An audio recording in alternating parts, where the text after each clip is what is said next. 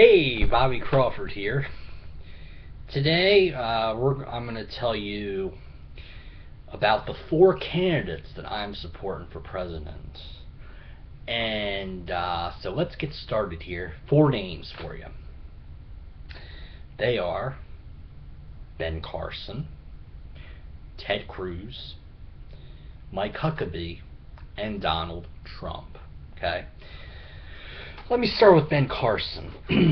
The thing I like about him, he's a classic rags to riches story. Grew up dirt poor in inner city Detroit.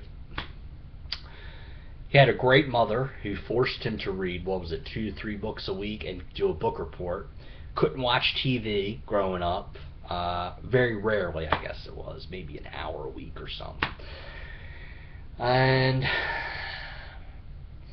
that's his life story. Now, as a candidate, very, very polite, deeply religious person. The kind of person that if I had a daughter, I would let her date Ben Carson every day of the week, absolutely every second, no doubt about it. Ben Carson is a good man from a moral standpoint.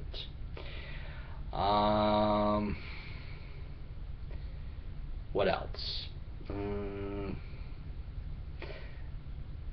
far as ideas, he obviously knows a lot about healthcare. He's for health savings accounts, which is a great thing. Tax reform, I like his idea of, hey, our tax system should be based on the Bible. You know what? 10% of your income. It doesn't matter whether or not you're making $1 million a year and living in a beach house in Malibu, or whether you drive a Kia and live in Oklahoma and make $20,000 a year. I want 10%. I want a tithe. So that's what I like about Ben Carson. Ted Cruz.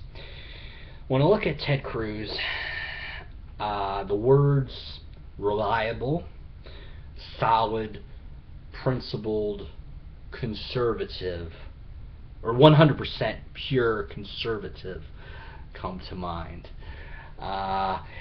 There are a lot of jalopies, old broken down jalopies in this 2016 race, like Kasich, excuse me, Jeb, sorry, excuse me. No, there are a lot of old beaten down cars, and Ted Cruz is this reliable Honda Civic, okay? He will never let conservatives and the Republican Party down, in my opinion. He is a Mr. Smith Goes to Washington. He has done everything the people of Texas have sent him to do, to the very best of his ability. He tried to stop Obamacare 2 years ago, and did a 21-hour filibuster against it.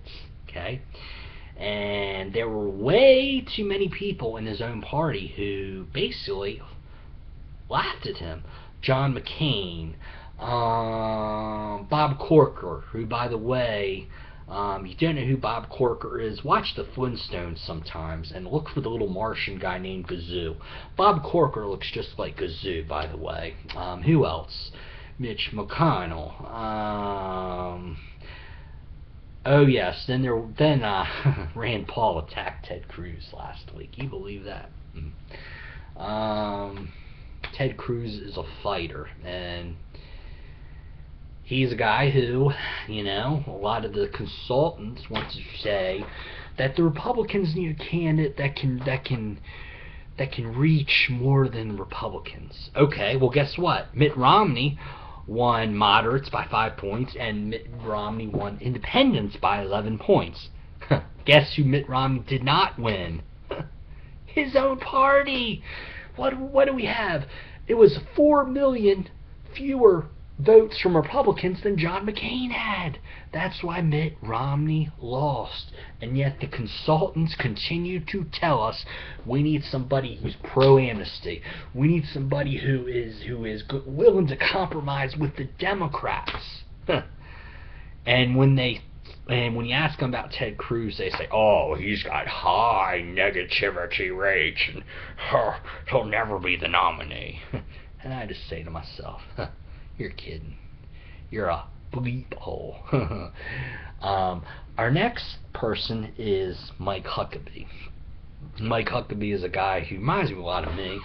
My parents were working.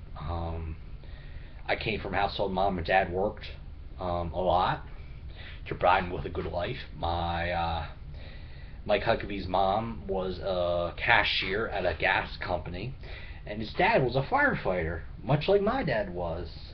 And his dad also did some mechanic work too.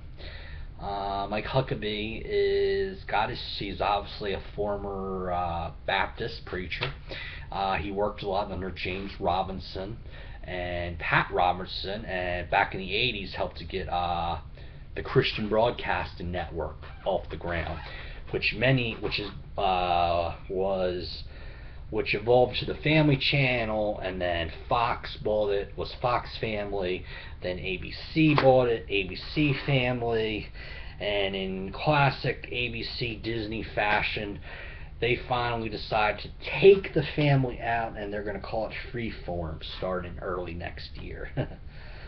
Which I just, don't even get me started on that tangent. Mike Huckabee he's the only candidate in this race who is for the fair tax, which eliminates all taxes on your income, okay, and replaces it with a simple consumption tax. And the other thing too is, unless you're really, really wealthy, every month the government's going to send you a check for I think it's at least $200 for you to buy your groceries and so forth and everything. And the thing about the fair tax is it'll eliminate all the taxes on food production. So essentially, the cost of groceries will go down under the fair tax, and then you get a check at the first of the month, which, I mean, what a great deal that is. Mike Huckabee he's a very likable fella. He had his TV show on Fox for several years. He's had even people who are like Bill Maher was on a show one time, and very friendly guy, the kind of guy who you would want as a neighbor. He has this kind of Ned Flanders, very down home. He's got a southern charm about him. Before he became governor of Arkansas was a dark blue state. I think in the legislature you had out of 100 seats, you had only 15 were Republican, the rest were Democrat, something like that. So he has definitely come from a very, very dark place politically, and he has been able to make himself shine as governor. He also has struggled with his weight his entire life. That's a kind of a health story he can talk to people about. He supported First Lady Obama's school lunch program, which, we can get into this debate whether or not it was a good idea or a bad idea, but he definitely has a little bit of, he's very socially conservative, but he's got a little bit of that pragmatic edge in him a little bit. Sort of reminds me of me, very socially conservative, but I'm a little bit pragmatic when it comes to the issue of the minimum wage, gun control, some issues of that nature. I think Republicans have to be careful with those two issues. But yeah, that's Mike Huckabee.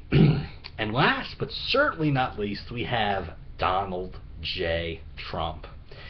And I'm going to be honest with you, when I first saw him speak as a candidate back in January, thought he was very flat. He sounded like a big government New Deal Republican, and he, to me, was just not a good candidate. But he formally announced his candidacy in June and became. He was like, "Look, I want to make America great again." He also said, "I'm really rich, I tell ya.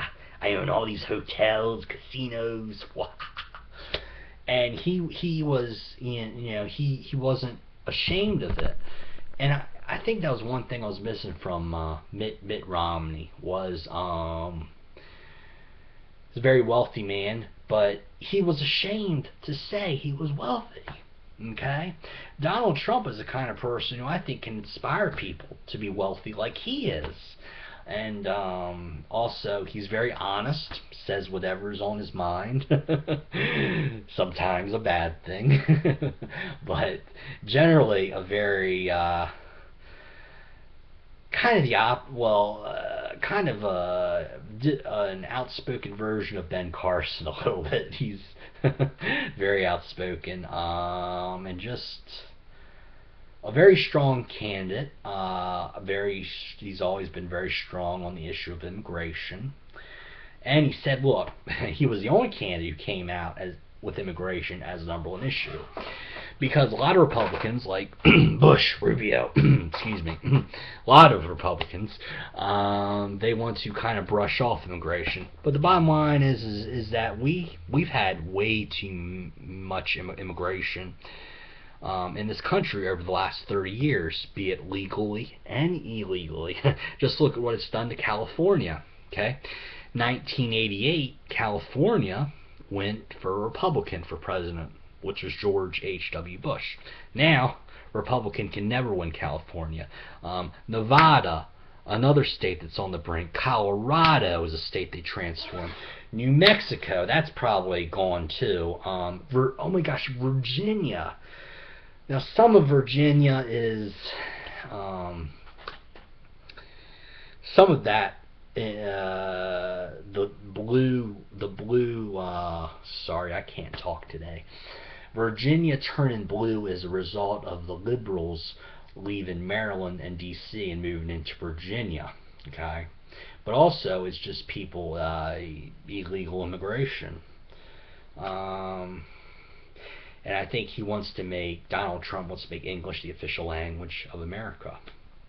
So, again, my picks are Ben Carson, who else? Ted Cruz, Mike Huckabee, and Donald Trump. I would love to hear what your picks are. Please send me an email, write to me on Facebook, or just comment below this video and let me know what your 4 picks are. The reason why I haven't endorsed this one candidate yet is because honestly I have to see how these the various state races play out, because Ted Cruz can come out and win Iowa, but then guess what? Donald Trump, he might come out and win New Hampshire and South Carolina, and then guess what? You're kind of like, you're like, whoa, this is so confusing, I'm cross-eyed here.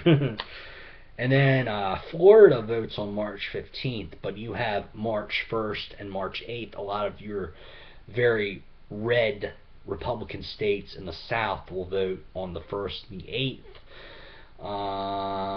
So that'll give us a good sample size, because whichever candidate does well in South Carolina, Iowa, and does well on March 1st and the 8th are probably going to be the candidate I'm going to support. So that's why I'm taking, again, I have 4 people who, one of them I'll vote for, but right now I cannot narrow it down to one, and I think that approach is best if you're watching this in, say, I don't know, Texas, California, another state that has a late primary. This is a good approach to take. Narrow the field down to 4 candidates, okay, and go from there, okay? But stay at 4 until like 2 weeks before your state votes, okay?